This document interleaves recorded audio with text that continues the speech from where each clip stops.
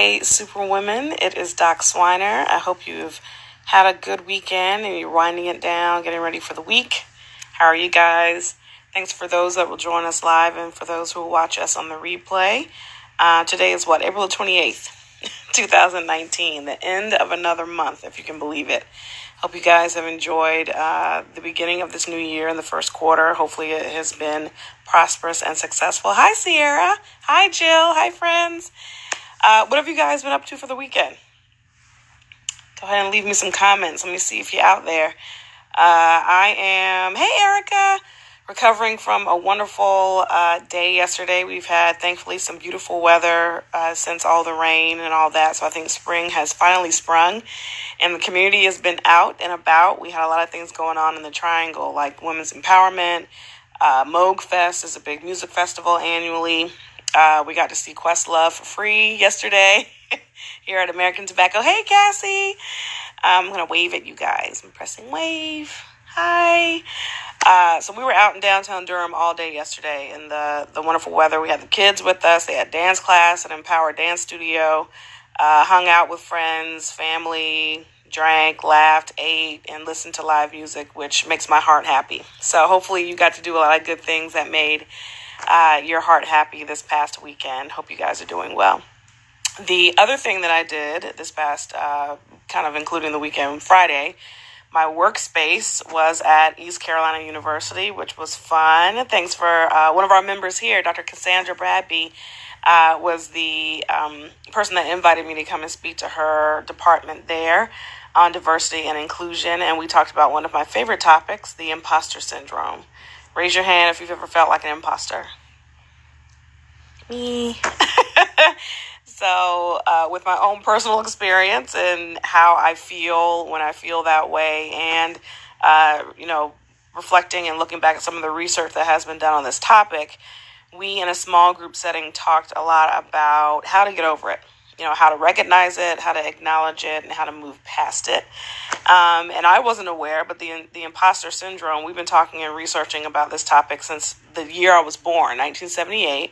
And even back then, two women, the main researcher by the last name of Clance, talks about essentially this feeling of phoniness.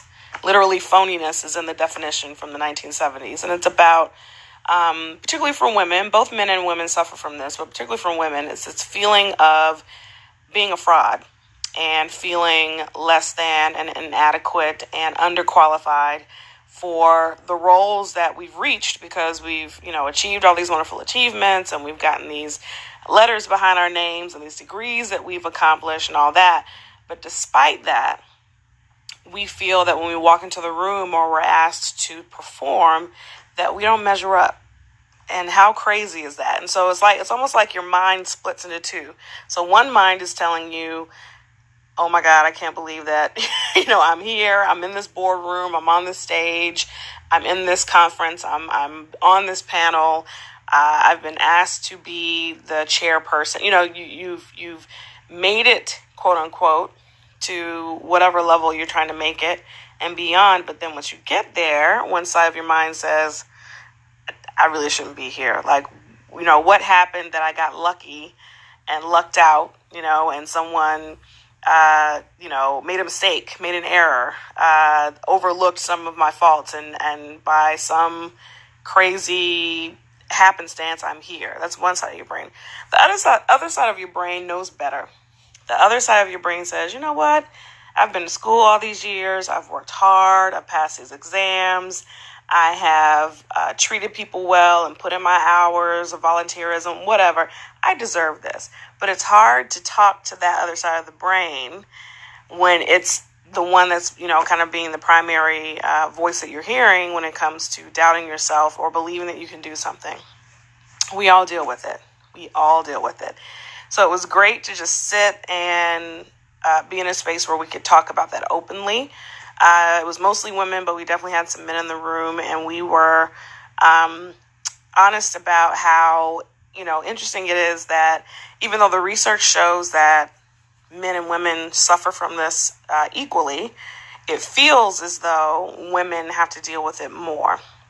I love to bring up this statistic, and I need to look up so I can research exactly where it comes from. But I love the story about how, if a woman wants to, let's say, go for a raise or ask for a promotion or a certain position, if she doesn't meet 10, let's say there are 10 requirements, if she doesn't meet all 10, she won't go out for the promotion. But if a man, stereotypically, meets one of the 10, that he will put in his application, he'll put in for the position and promotion, and may probably get it.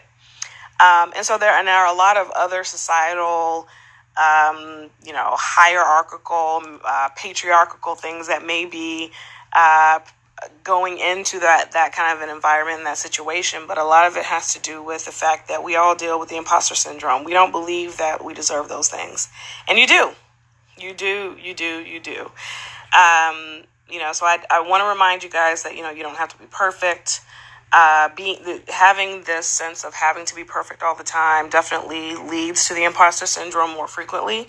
But realizing that you are deserving, you are worthy, you have value, your work has value, will help you to move past that, and will help you to move past the point of having to be perfect all the time.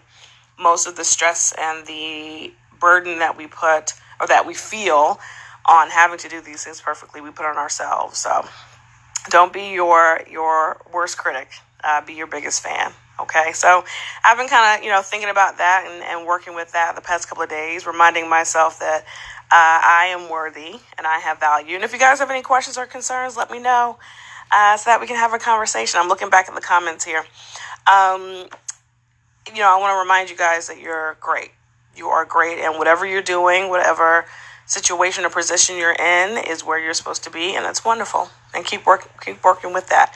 But it's funny because it was ironic. I put a post on my Instagram, and I wasn't lying. I walked into the room and immediately felt like an imposter. I had never spoken at ECU before. I was speaking in an academic setting, which is a much different setting than when I'm out and about doing conferences and events and brunches and, women's gatherings. But when you, speaking for the School of Medicine, makes you feel a little bit different. You're like, okay, let me make sure I have my data straight, my numbers straight. These are scientists. They're going to want to know some facts. It's a little bit different. So I immediately felt like, when I walked in and saw the stage and saw the chairs of people that could be, potentially staring at me and judging me, I felt some type of way too. So we all feel it. But I had to remind myself, what? They checked my qualifications before they invited me. So they know who I am. They know what qualifications I have. And I have something I have something to contribute to. So that made me feel better. And then Dr. Cassandra, when she came in to meet me prior to us getting started, she was hilarious. So that helped to lighten the mood a little bit. And she was like, you know what? She talked about her own imposter feeling, even putting the event together. She was like, I've been facing it these last couple of months trying to get this event together. But you know what? We're here and we're making it happen. And everybody's cool and casual and laid back. So no worries. And we had a wonderful time. So thank you again for Brody School of Medicine and Dr. Cassandra for inviting me. And I'll come back anytime you need me. So what's been up with you guys? Any other questions, concerns? I'm excited for these changes that are coming to the Superwoman Survival Kit and the box. Raise your hand if you are a box member. We have a lot of ladies in the group. Not all of us are box members. That's okay. The main purpose of the group is not necessarily for everyone to be required to be a box member. But if you're not, you're missing out. You're missing out. I definitely enjoy the camaraderie and the tips and advice and the support that we're all giving each other here. If you want that extra bit of a boost, then please do go to superwomansurvivalkit.cratejoy.com and join our membership. In the next couple of days, those of you that have been monthly subscribers will get your last monthly box for April. And I got some goodies coming out in there, including, I'm not going to tell you, I have some goodies coming out for this last monthly box. And then I'm even more excited about the new box launching in May, which will be the first of the quarterly box, meaning you'll get 3 shipments in a year for $35. Bigger box. So instead of a rectangle, it's a square. So I can stuff more stuff in it, higher quality, higher value, more stuff, exciting stuff. And I already know what I'm going to put in the May box, and it's full of goodies. So if you've been paying attention, if you scroll back through some of the posts I've posted, you'll be able to kind of get an idea of the stuff to come, including essential oils, jewelry, journals, free stuff, wonderful things that I've gotten from, not always free, but free and, free for me. Both donated and purchased things that I have from mostly female-owned, local, organic, handmade products based on self-care and fun. Some entrepreneurial stuff too, some business stuff too, but mostly self-care and fun stuff. So join us. Go and join so that you can be part of our revamped program. The other thing that I want to remind you is that even if you don't feel like you need the self-care for yourself, like you're doing a pretty good job taking care of yourself and focusing on self-care, gift it to somebody else. Mother's Day is coming up. Gift a year subscription, which is discounted if you buy up to a year ahead of time. Buy it for someone else. Gift it to your mothers, your cousins, your aunts, your besties, teachers of your children, your babysitters. Gift it to women that you want to show love to. Giving the gift of self-care is amazing, and they'll feel extra, extra special, and you'll help to promote women sitting down and focusing, creating that space to focus on themselves a little bit. So what a wonderful gift to think about. Okay. Let's think. I'm looking to make sure I'm not missing anyone's questions or comments. For those that will watch the replay, I'll come back and look at the comments and questions and fill in the answers. But I think I want to do a giveaway. I think I try monthly to give away something as a nice little prize for tuning in and staying engaged. I think I'll give away a free ticket to our June New Year, New You Summer Brunch Edition event here in Durham, North Carolina. For those of you guys that don't know, I do a yearly conference for women at the top of the year in January. This year was our 5th year doing New Year, New You. Wonderful way to start off the new year. Talk about your goals, your aspirations, network, meet your next best friend and next business partner. And I've gotten, hey, thanks. Hey, Casey. Hey, girl. But I've gotten a lot of great feedback, particularly from this last year, to do something in the summer as kind of a midpoint celebration, an excuse to get together and brunch, to rub elbows with some powerful women and to continue bigging each other up. So we're going to do it on June 29th here in Durham at the North Carolina Mutual Tower, which is an historic building. It was one of the largest companies here in Durham and Black Wall Street that was here in Durham, North Carolina back in the early 1900s, and they have revamped and renovated that area. It's a beautiful space.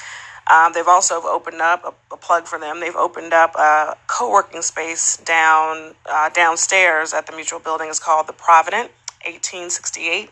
I want to get that right. The Provident. But it's a wonderful space. It promotes entrepreneurship. It's owned by a husband and wife team, the Webbs, and Bridget, the wife of the team, is a wonderful, wonderful advocate. And Carl, too, her husband, advocate for Black entrepreneurship, female entrepreneurship, and just entrepreneurship in general. They have a beautiful outside space. And later this week, I'll probably go, now that the sun's out and weather's nice, I'll probably go out and take some pictures of the outside space. We're going to be outside. We're going to have a keynote speaker, Dr. Tanika Steed, and you will see her products coming up soon in the self-care box. Dr. Tanika Steed will join us with some self-care tips. DJ Big Fella, a.k.a. my hubby, Mr. Rick Swiner, will spin the jams. Full Street Wings Cafe, and if you've been to our New Year, New You events in the past, you're very familiar with her wonderful food, Carmen Rice Settles, and her wonderful brunch buffet style. She's going to be giving us